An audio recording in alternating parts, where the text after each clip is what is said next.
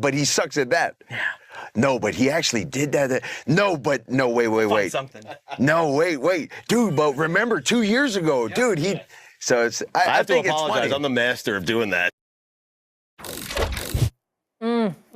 What goes back, Stephen A., my friends? Another notable moment from Tua's interview with Dan Le Batard, Tua on being polarizing. Stephen A., you know what it's like to be polarizing. Just alone, Matt. You're sometimes polarizing. I mean, to me, you're very vanilla, but I mean, to the rest of the world. Tell me this, though, S.A. Who's the most polarizing quarterback in the league right now? This is a good question. First things first, you definitely stand out above the crowd because that is the first time in my life I've ever been called vanilla in any category. So congratulations. Stephen A., it was a joke. Relax. No, I'm not. I'm used to being around you. I didn't take it as an insult. Don't be so sensitive. You're actually a nice guy, I'm just saying it's even though unique. people don't want to know it. That's all. I'm a lot of things. Vanilla is actually my favorite flavor. French vanilla is my favorite ice cream flavor, by the way. But anyway, I digress. The point is this. I thought it was swirl. Keep going. Oh, it ain't swirl. Oh. Not at all. Not at all. But it's French vanilla ice cream. Anyway. When I think about the most polarizing quarterback, you brought it up. Don't go to the third rail. I'm talking about soft serve ice cream. I don't know where you guys are going. I got you. Swirling is not necessarily so. Okay, swirl. The most polarizing quarterback in the NFL. Flavor. Right? Go ahead. You're so awkward. You're so awkward. Seriously, I'm not talking about like chocolate vanilla like that. I'm just talking about swirl ice cream, like from Dairy Queen. You know I'm a fat kid at heart. Go ahead. Don't make it like that. I understand. Anyway, most polarizing quarterback in the NFL right now. I think that part also goes to Aaron Rodgers. I don't think that's deniable. Considering the issues that he had before departing from Green Bay, considering the off-the-field issues that he's brought to the forefront. There's a book out about him right now, written by the great Ian O'Connor as well. You got family members talking about him and stuff, and all of this kind of stuff. We're paying attention to his diet. We're paying attention to the cleanse stuff that he does for himself, the hiatus he takes, and the summer sabbaticals and living in dark caves and all of this other stuff. There's so many different things that have been talked about when it comes to Aaron Rodgers, but very little of it has had to do with football because of his injuries over the last couple of years.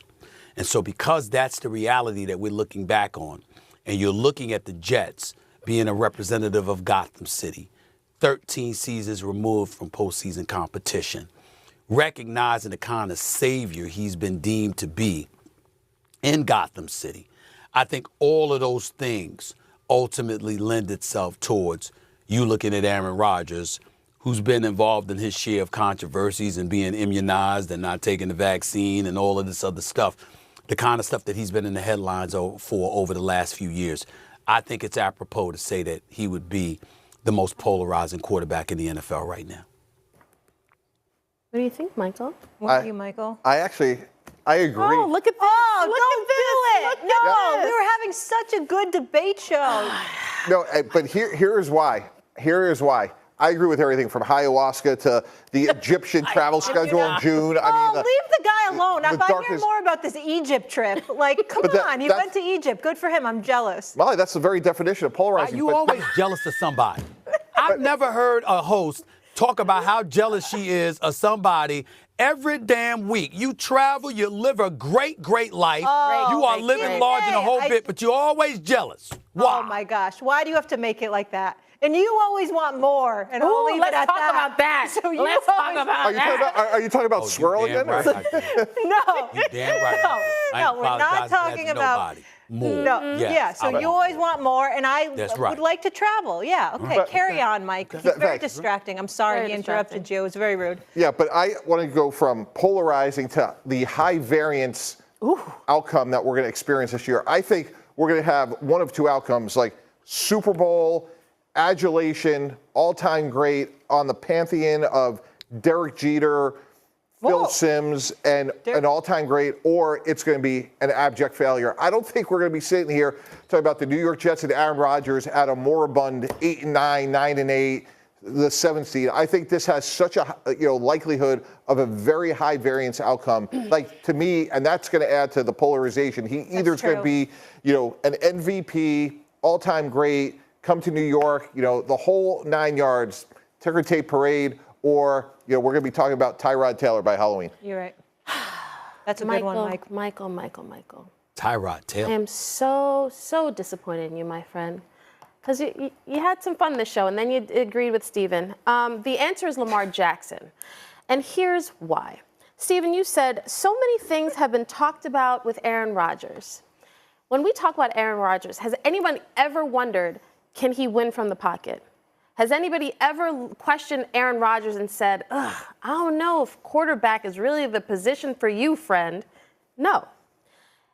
Lamar Jackson has been talked about as a guy who, despite he wanted his money, he was criticized for not having an agent.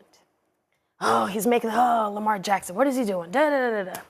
He got the bag. Then it was, Within 2 weeks of the season, people are debating whether he's worth the bag or not. 2-time MVP. And the question about Lamar Jackson, I don't know. Can he win it all? I don't know. Super Bowl or bust.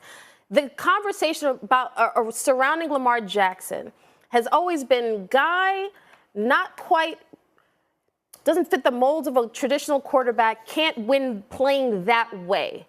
And now we have seen in the league so many guys, white, black, whatever, playing that way. And yet still, Lamar Jackson is a guy that we look at as though he's underachieved. We look at the Ravens as a team like, last year was He has the year. underachieved. How many years has he been in the NFL? He's been in the NFL since 2018. That was his rookie season. The story seems to be, when we look at Lamar, the way we criticize him is completely different.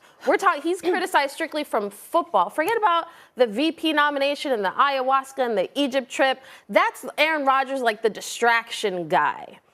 Like, when we really look at Lamar Jackson, despite the skill set, despite him being one of the most dynamic players we have ever seen take a field in the NFL, we still nitpick. We still move the goalposts. Okay. That's why I think it's Lamar. What, Stephen A. Oh, please. Very strong arguments by both parties, I have to say. The Lamar Jackson is excellent, and so is Aaron Rodgers. I'd like to hear your retort to Kimberly, please. Her delivery was sensational, per usual, very entertained. Actually, it wasn't. No, it was. She's so entertaining. What are you talking about? She's so entertaining. Actually, it wasn't. See, here's the problem. Because, Molly, you know what? Even though you know what you're doing, you pick and choose when you want to listen and when you just want to wait to chime in. See, here's what Kimberly does. Kimberly refuses to move off the Lamar Jackson narrative. Nobody's questioning. He's a 2-time league MVP. She sees. Stop focusing on the wrong YouTube stuff.